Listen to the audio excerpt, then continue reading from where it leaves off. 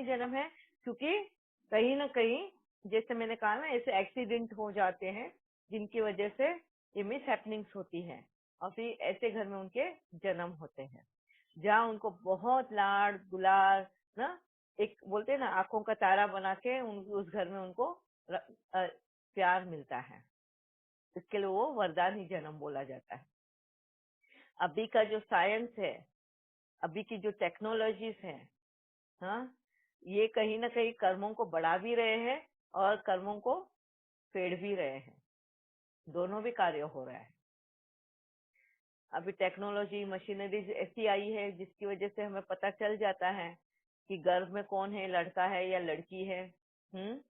वो बच्चा अच्छा खासा है, सुदृढ़ है, हेल्दी है, या कुछ कमी है उसमें। बहुत बार ये भी वजह हो जाता है, उनको कोख में ही मारा जाता है।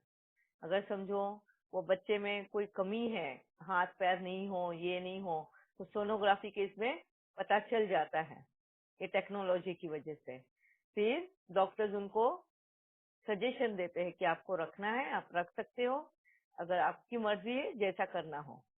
फिर वो लोग जब देखते हैं कि बाहर दुनिया में ऐसे बच्चों के बहुत हाल खराब होते हैं, और कहीं ना कहीं ट्रीटमेंट के लिए उनके पास भी पैसे नहीं होते, अगर बच्चों को जन्म देने के बाद में ऐसी ट्रीटमेंट नहीं दिया जा सकता है, तो वो सोचते हैं कि इस आत्मा को अभी छोड़ देते हैं, ताकि वो अगला जन्म फिर से लेगा तो अच्छी पोजीशन में रहेगा। तो कभी कभी ऐसे भी होते हैं, ये टेक्नोलॉजी की वजह से हम जन्म देने के लिए आगे पीछे सोचते भी है। आज का जमाना ऐसे है कि शादी होते ही कोई भी बच्चा नहीं चाहता, 4-4 5-5 साल के बाद में बच्चे को जन्म देना चाहते हैं। तो उस वक्त तक वो लोग अपने ट्रीटमेंट भी लेते हैं या जो भी कुछ करते हो अवॉइड करने के लिए। तो ऐसे इसमें वो अपने भाग्य को भी चैलेंज कर रहे हैं। समझो उनके भाग्य में ऐसा लिखा है कि 1 ही साल में उनको बच्चा होना है आफ्टर मैरिज, मगर ड्यू टू दिस वो नहीं है। तो ऐसी आत्माएं अभी तक एस्ट्रल बॉडी में ही भटक रही है। वो वैसी आत्माएं होती हैं जिन्होंने बहुत ज्यादा पाप कर्म किए हुए हैं। उनकी कर्म में ऐसे ही घर लिखे रहते हैं। बोलते हैं ना कि हम अपने हाथों से ही अपना जन्म एंड मरण, अपनी ही डेस्टिनी हमने लिखी रहती है अपने कर्मों से। तो हम अपने कर्म ही ऐसे बना दिए रहते हैं कि अगले जन्म में हमें ऐसे माता पिता मिलेंगे जो well organise and well planned हो। अभी के लिए हम उसको ऐसे बोलते हैं, बहुत ऑर्गेनाइज रखते हैं अपनी लाइफ को, फुल प्लान वेल प्लान रखते हैं कि इस एज में ये होगा, उस एज में ये होगा, इस एज में ये अचीवमेंट होगी, वो होगा। और ऐसे लोगों के लिए इसमें वो बहुत स्ट्रिक्ट रहते हैं, ये रहते हैं। और ऐसी आत्माओं ने भी अपने ऐसे कर्म किए रहते हैं कि ऐसे घर में उनको जन्म लेना होता, तो उनको इंतजार करना पड़ता है। ये इंतजार की घड़ी क्यों होती है उनके जीवन में, जो जब वो सूक्ष्म शरीर में होते हैं? ये भी कर्माज है। अब ये कर्मों का ही चैप्टर हमारा चल रहा है, इसके लिए बता रही हूँ। बहुत सूक्ष्म चीजें है ये, हम सोच भी नहीं सकते कि इतनी इतनी छोटी सी चीज का असर कहाँ कहाँ तक जा सकता है। उनको जन्म लेने के लिए इंतजार क्यों करना पड़ता है? किसी को आइडिया? ऐसे क्या कर्मास हम बॉडी में रहकर करते हैं जिसकी वजह से जब हम शरीर छोड़ देते हैं तो हमें फिर दोबारा जन्म लेने के लिए भी इंतजार करना पड़ता है? हमने किसी को इंतजार कराया हुआ है? यस, मगर कौन सा ऐसा इंतजार? दोनों। यही बहुत मुश्किल है बताना एक्चुअली, क्योंकि किसके कर्म में कैसा कर्म लिखा है, किसमें क्या लिखा है, ये हम बोल नहीं ही सकते। जैसे फॉर एग्जाम्पल, मैं एक छोटा सा एग्जाम्पल दे रही हूँ, हमेशा यही एग्जाम्पल हर जगह पे लागू होगा ऐसा नहीं, तो एक छोटा सा एग्जाम्पल दे रही हूँ। जैसे आजकल माँ बाप अपने बच्चों को फॉरेन कंट्रीज में पढ़ाने भेज देते हैं, और वो वहां पे ही सेटल होने की कोशिश करते हैं, और हर वक्त यही बोलते हैं, हाँ हम लोग इस साल आ जाएंगे मिलने, हम इस साल आ जाएंगे, हम इस साल आ जाएंगे, या कोई ना कोई बात कारण देके, उनको इंतजार का एक होप देके वो पहुंच नहीं पाते हैं। अपने माँ बाप को बहुत इंतजार करवा देते हैं वो उनके लौटने का, और ये इंतजार में ही वो अपनी जिंदगी जब काटते हैं, तो ऐसा ही इंतजार फिर उस आत्मा को भी ऊपर करना होता आता है, अपने माँ बाप के यहाँ पे, उसी माँ बाप के यहाँ पे जन्म लेने के लिए, क्योंकि वो माँ बाप फिर उस बच्चे को इंतजार करवाता है एस्ट्रल बॉडी में रख के। सोच सकती हो आप तो किस तरीके से हमारा लेन देन होता है लॉ ऑफ कर्मा में। ये एक एग्जाम्पल दे रही हूँ मैं, इस तरीके के और भी होते हैं इंतजार करने का, बहुत सारे ना इसके वजह हो सकती है उसके पीछे। तो मैं एक ये एग्जाम्पल दे रही हूँ ताकि आप समझ सकते हो कि हम कहाँ कहाँ कितने हम ऐसे ही वादे कर लेते हैं किसी के साथ में, कुछ करते हैं और हम सामने वाले पे क्या इफेक्ट छोड़ देते हैं ये पता ही नहीं चलता है। पर जब हमारे कर्मास के रूप में जब वो सामने आते हैं, उस वक्त हमें समझ में आता है कि हमने क्या कर कर आए हैं, और ये तभी आता है जब हम एस्ट्रल बॉडी में होते हैं। दीदी इतनी छोटी सी बात भी बैड कर्मा में काउंटिंग होती है? यस, कभी कोई जेन्युइन रीजन के वजह से भी नहीं आ सके ना? इसीलिए तो बाबा बोलता है ना कि तुम रिलेशन में ट्रांसपेरेंसी रखना बहुत जरूरी है। जेन्युइन रीजन है तो तुमने बताना चाहिए, वो जेन्युइन रीजन क्लियर करना चाहिए। इसके बाबा बोलते हैं ना, ऐसे हमारा बिहेवियर हो, हमारा स्वभाव संस्कार ऐसे हो कि हमारा सामने वाले के भी हमारी वजह से संकल्प ना चले। तो बाबा कितना डीपली हमें वो बातें समझाने की कोशिश करता है कि मतलब वो हमारा सामने वाले का जो नेगेटिव संकल्प चलता है उसके वजह से हमारे बैड कर्मा काउंटिंग होते हैं, राइट? नहीं, हमने वो दिए हुए हैं। अभी हाँ जैसे वही मैंने वही, मतलब एग्जाम्पल रीजन तो बताया, वही है, रीजन तो मैंने वही है, राइट? एग्जाम्पल दिया ना, जैसे कि वो बच्चे फॉरेन में पढ़ने गए, वहीं पे सेटल हो गए, समझो वहीं पे शादी भी कर ली, अपने माँ बाप को सिर्फ बता दिया हमने शादी कर ली है करके, ठीक है। बहुत केसेस ऐसे हुए हैं। हम ऐसे नहीं कि सिर्फ पिक्चरों में देखते हैं और पिक्चर वाली बात है, और पिक्चर में वो तभी आते हैं जब हकीकत में ये हुई रहती है ना, तभी वो पिक्चर में ये चीजें आती है, मगर मूवीज ये are the reality. Outcome of real life actually. Yes, बस थोड़ा एग्जेगरेट ज्यादा करते हैं फिल्मों में, इमोशनल ये गेन करने के लिए, मगर ये रियलिटी में भी ऐसे होते हैं। वो बच्चे वहां पे ही हैं, माँ बाप, बूढ़े माँ बाप इंडिया में हैं या अपने होम कंट्री में हैं, और वो हर साल पूछते ही रहते हैं इस दिवाली पे आएंगे, इस त्योहार पर आएंगे, वो बोलते हैं हाँ आऊंगा, लेके आऊंगा, और कोई ना कोई कारणवश कुछ उनकी वजह उनको पता है, मगर वो ये क्लैरिटी अपने माँ बाप को देते नहीं है, बस आशा जगा कर रखते कि हम आ रहे हैं। और वो साल बे साल, मंथ बाय मंथ अपने बच्चों के इंतजार में निकालते ही रहते हैं। ये जो इंतजार वो माँ बाप को कराते हैं, तो फिर माँ बाप भी उस बच्चों को जन्म देने के लिए इंतजार कराता है। ये इस तरीके का लॉ ऑफ कर्मा है। ये एक एग्जाम्पल के तौर पे मैंने बताया कि हमारा बिहेवियर, हमारा सोचना करना सब कुछ बहुत क्लियर रहना चाहिए, वेरी ट्रांसपेरेंट। किसी और के संकल्प भी नहीं चलने चाहिए उसके पीछे।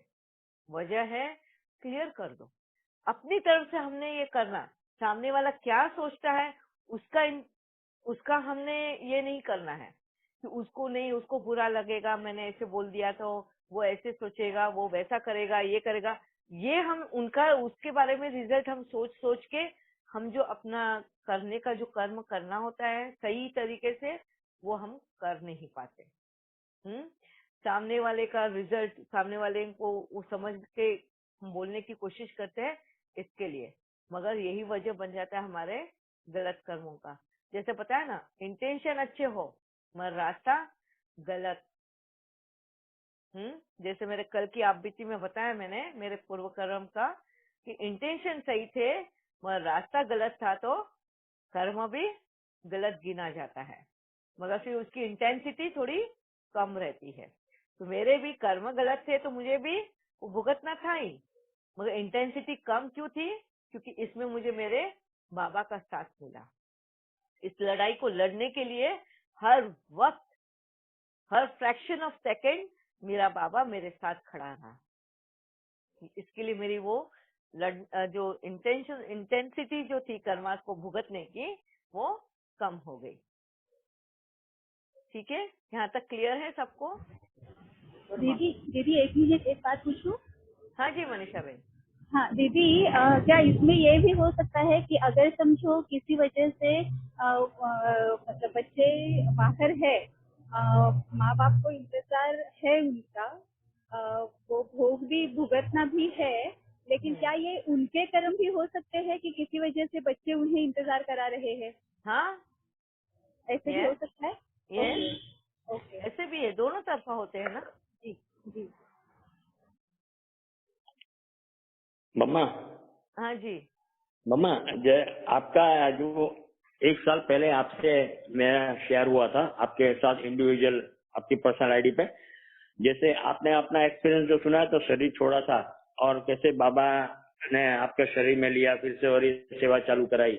हाँ। तो मैंने 1 साल पहले आपको शेयर किया था कि वैसे ही अमृत वेला 3:40 पे मुझे ये शरीर छूट गया, ऐसा मुझे अनुभव हुआ था। और वो आपको शेयर किया था मैं कि जैसे ऐसा लग रहा था कि मेरा शरीर छूट गया है और मेरी सांसें चल रही कि नहीं चल रही, वो मैं किसी से पूछ रहा हूँ मैं कि बाबा से पूछ रहा हूँ कि और किसी से पूछ रहा हूँ कि बाबा मेरा ये शरीर चल रहा है कि नहीं चल रहा है, मेरे सांसें चल रही कि नहीं चल रही, कुछ समझ में नहीं आ रहा है। और कुछ अनुभव नहीं हो रहा था कि क्या हो रहा है मेरे साथ में, कि शरीर में हूँ कि नहीं हूँ, कुछ समझ में नहीं आ रहा था। उसी समय पे आपसे मैंने उसी दिन वापस आपको अर्ली मॉर्निंग आपको मैंने शेयर किया था 3:40 को ये अनुभव हुआ और उसी दिन आपसे मैंने शेयर किया था। तभी आपने ये आपका अनुभव सुनाया था कि जैसे आपका कैसे शरीर छूटा और आपने कैसे बाबा ने क्या आपको गाइड किया था।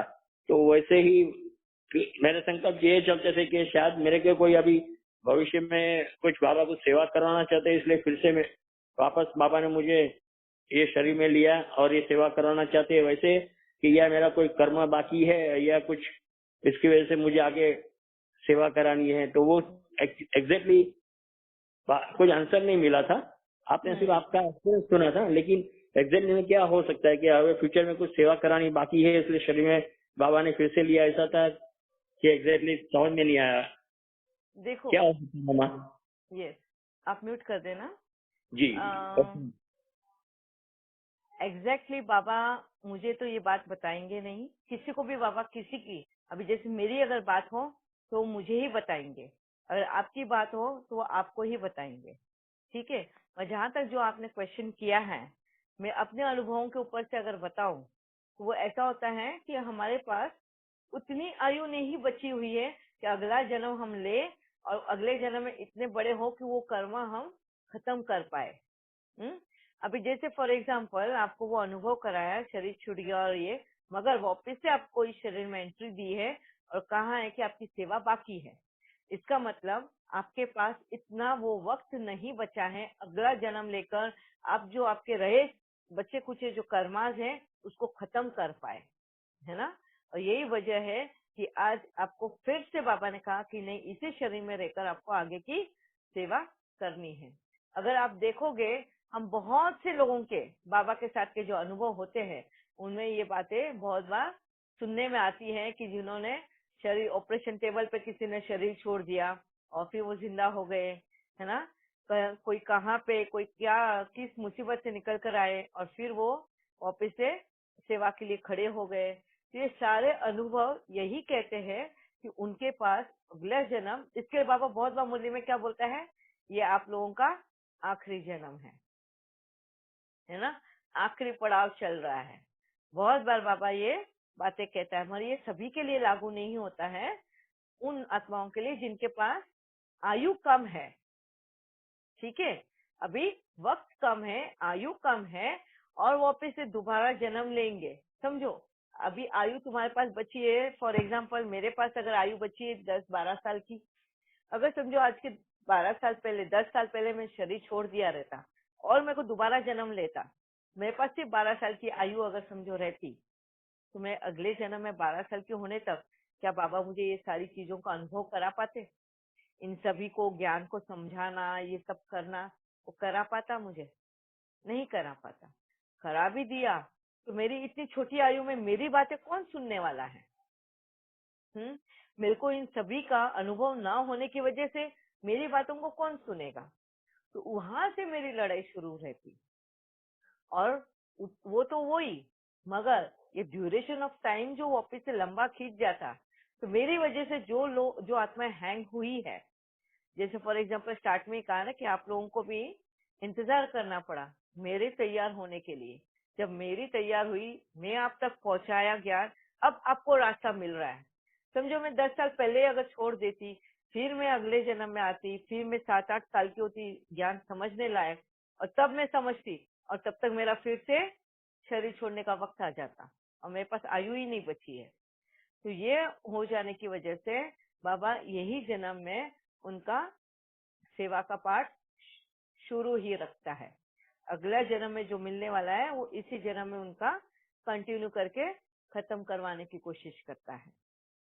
जिनके बहुत कम है, मगर जिनको बहुत ज्यादा लेन देन है, उनको शरीर छोड़कर वापस से शरीर लेना ही पड़ता है।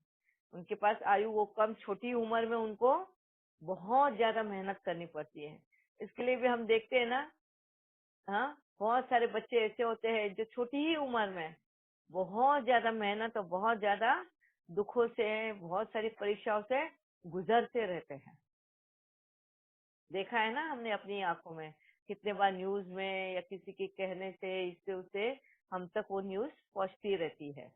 कि बचपन में ही, जन्म होते ही माँ को खो दिया, थोड़ा बड़ा हुआ पिता को खो दिया, फिर अकेले ही अपने जीवन को जीना है, और किस तरीके की उसकी ट्रेजेडी वाली जीवन है, वो थोड़ा बड़ा होकर अपनी शेयरिंग करते रहता है।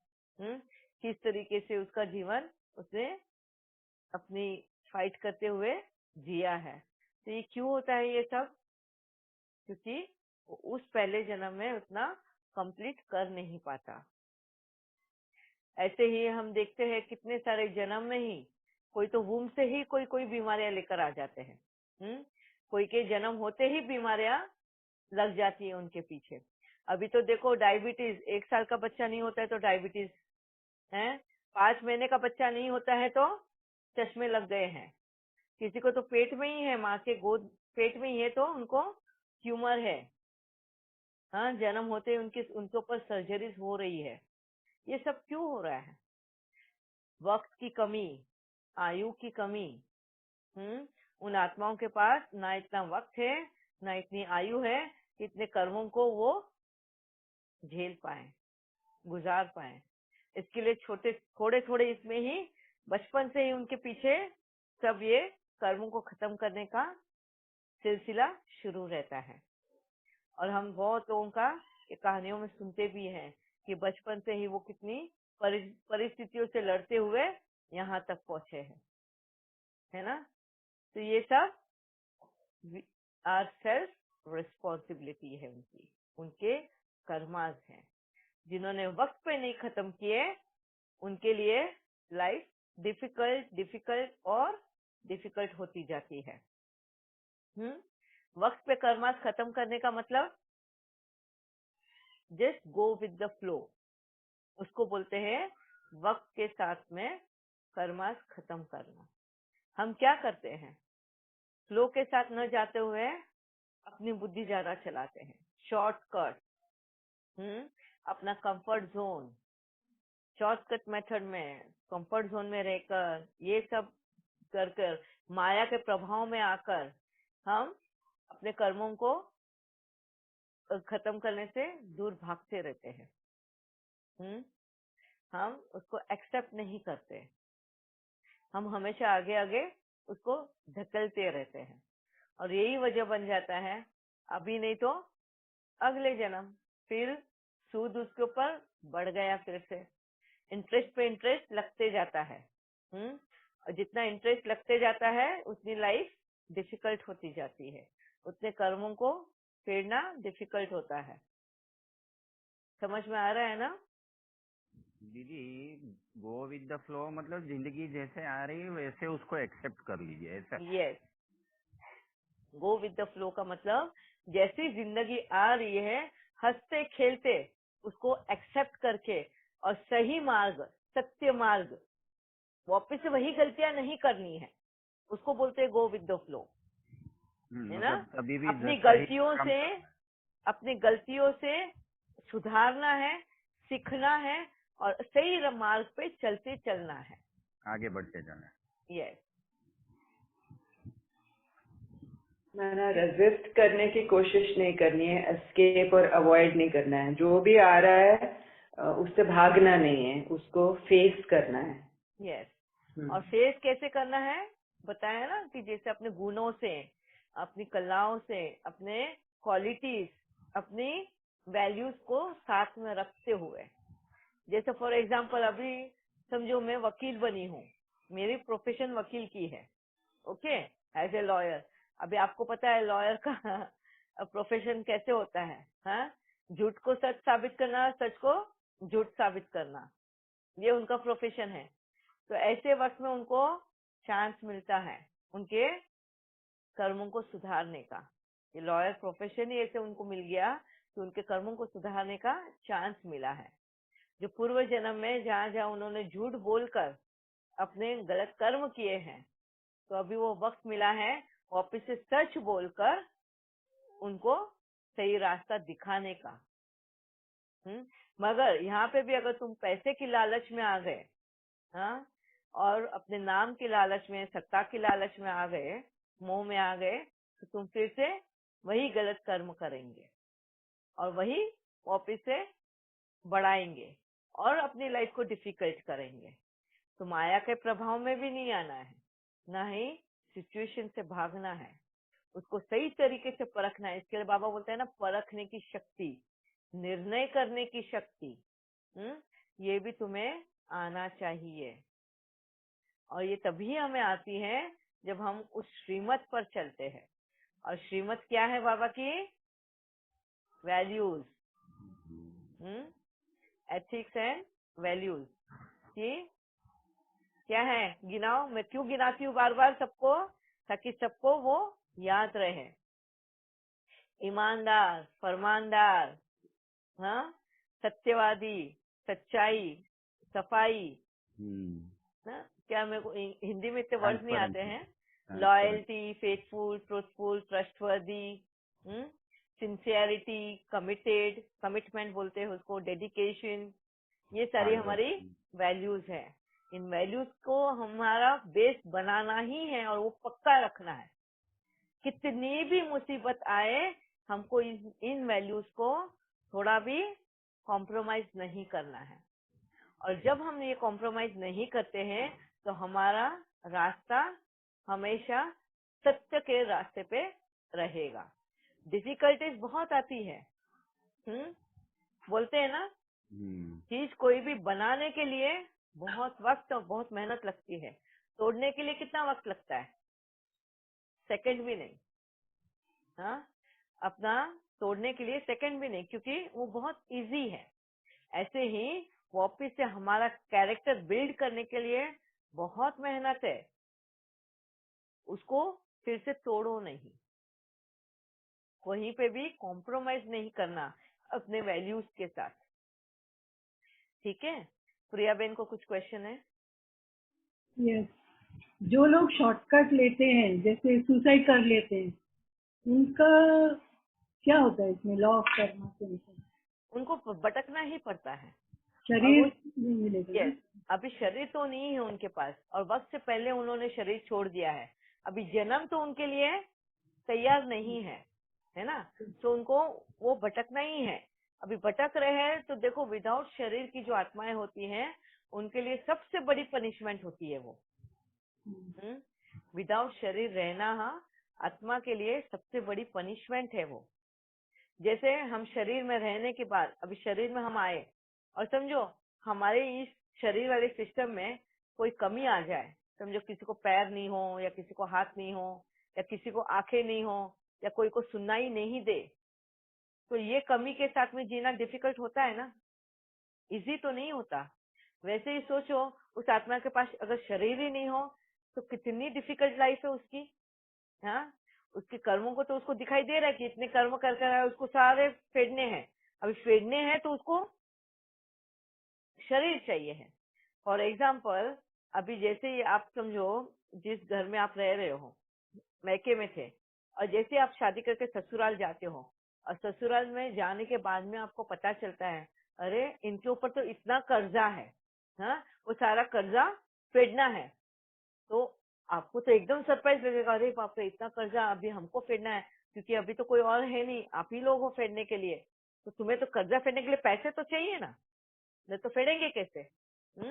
और फेडना है तो उसके बगैर तो हम जी ही नहीं सकते, वो फेडे बगैर, दिए लोन खत्म किए बगैर तो हम नहीं जी सकते, क्योंकि सारे कर्जदार हमारे पीछे लगने वाले हैं। तो उसके लिए क्या करना पड़ता है, फिर मेहनत करनी पड़ती है। अब जहाँ हम इतना कर्जा अगर फेडना है तो कितना रात और दिन मेहनत करनी होगी, क्योंकि हमारे पास वो पैसे नहीं है। बराबर, अगर समझो हमारे पास पैसे होते तो कितना आसानी से हम कर्जे फेड देते, है ना। ऐसे ही सेम एस्ट्रल बॉडी वालों का है, उनको जब शरीर छूट जाता है तब उनको पता चलता है कि कितने कर्मास है जो उनको खत्म करने हैं। अभी किसी ने सुसाइड कर लिया, वो डर के मारे सुसाइड किया, उसके पास हिम्मत नहीं है उन सिचुएशंस को फेस करने की, हाँ, उसमें ताकत नहीं है उन ऐसी सिचुएशंस को झेलने की। ठीक है, जैसे कोई समझो बुलिंग, अभी कॉलेज के बच्चे हैं, एग्जाम में पास नहीं होते हैं, तो उनको वो सुसाइड कमिट कर लेते हैं। ठीक है, क्यों करते हैं कमिट? क्योंकि वो दुनिया को फेस नहीं कर सकते हैं कि वो फेलियर है करके, या तो उनको ये नहीं कि बाप रे वापस से इतना पढ़ाई करना है, मुझे नहीं करना है, मैं नहीं कर सकते, या तो फिर अपने पेरेंट्स का प्रेशर रहता है उनके ऊपर कि फेल कैसे हुआ करके, और बहुत उनको सुनना पड़ेगा सब परिवार का। साक्षी बहन म्यूट कर देना। और पूरे परिवार का प्रेशर, और ये प्रेशर की सारी वजह से वो लोग सुसाइड कमिट करते हैं। और सुसाइड कमिट करने के बाद में जब वो एस्ट्रल बॉडी में आते हैं तब उनको पता चलता है कि ये तो अधूरा ही कर्म वो कर आए हैं, अब ये कर्म तो उनको नेक्स्ट जन्म में जब जाएंगे तो वो तो खत्म करना ही पड़ेगा, उसके सिवाय तो उनको छुट्टी है नहीं। तो ऐसे टाइम पे उनको सबसे ज्यादा पछतावा होता है। किस बात का पछतावा होता है? क्योंकि उन्होंने पूरा वो रास्ता कवर अप करके आ गए रहते हैं, एंड का रास्ता उनको खत्म करना होता है, उस वक्त उन्होंने हिम्मत हार गई रहती है और उन्होंने सुसाइड कमिट करी हुई है। अब जब सुसाइड कमिट करी और जब एस्ट्रल बॉडी में आते हैं तब उनको पता चलता है कि अभी जब जन्म लेंगे फिर से उनको इतना रास्ता तय करना है। समझ में आ रहा है? फिर से उनको ये इतना रास्ता तय करना है और तभी जाके उनको वो कंप्लीट होगा उनका कर्म। और यही सबसे ज्यादा पछतावे का वक्त होता है उनका, वही उनका सबसे बड़ा पश्चाताप होता है। मगर सुसाइड कमिट करना कि कोई कर्मा से छुट्टी मिलता है ऐसा नहीं है, वो टाइम भी नहीं देता है, वो अभी अगले जन्म में उसको और भी डबल डिफिकल्ट होने वाला है, क्योंकि ये तो बोझ चला ही, इतना वक्त भी उसने जो जाया किया वो भी उसको वापस से एंड प्लस और भी है, कभी एक साथ में उसके ऊपर बहुत सारी चीजें जो उसको कंप्लीट करनी होगी। मतलब दीदी आपका कहने का मतलब है जिस जन्म में उसने सुसाइड किया उस जन्म में वो सब खत्म कर दिया होता तो उसको नेक्स्ट जन्म काफी अच्छा और एलिवेटेड मिलता था, राइट? यस। अभी जैसे फॉर एग्जांपल बहुत बार क्या होता है, लोगों को पता एक मिनट साक्षी बेन म्यूट करना अपना माइक। बहुत बार लोगों को कैसे होता है, बीमारियों के बारे में भी बहुत बार मालूम पड़ता है कि किसी को कोई बीमारी लग गई है और उनमें हिम्मत नहीं होती है उस बीमारी को फेस करने की, तो ऐसे वक्त में बहुत लोग सुसाइड कमिट कर लेते हैं।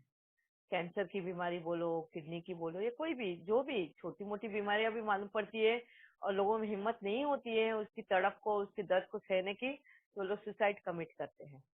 सुसाइड कमिट करने के बाद में उनको पता चलता है कि ये बीमारी का अंश तो मैं साथ में ही लेकर आई हूँ, अब भी मैंने नहीं उसको भुगता है, अब अगले जन्म में भुगतना ही होगा। ठीक है, अभी कैंसर की बीमारी तो है ही है, ये जो इस जन्म की वापस से कैरी ऑन होगी, फिर से उसको स्टार्ट से वो कैंसर की बीमारी का दर्द सहन करना पड़ेगा। ठीक है, वो तो होगा ही होगा। और जो उसके कर्मास बाकी है, अभी समझो उन कर्मास के साथ साथ और भी दूसरी बीमारी आनी बाकी थी, अभी टोटली उसकी ऑपोजिट बीमारी होगी वो।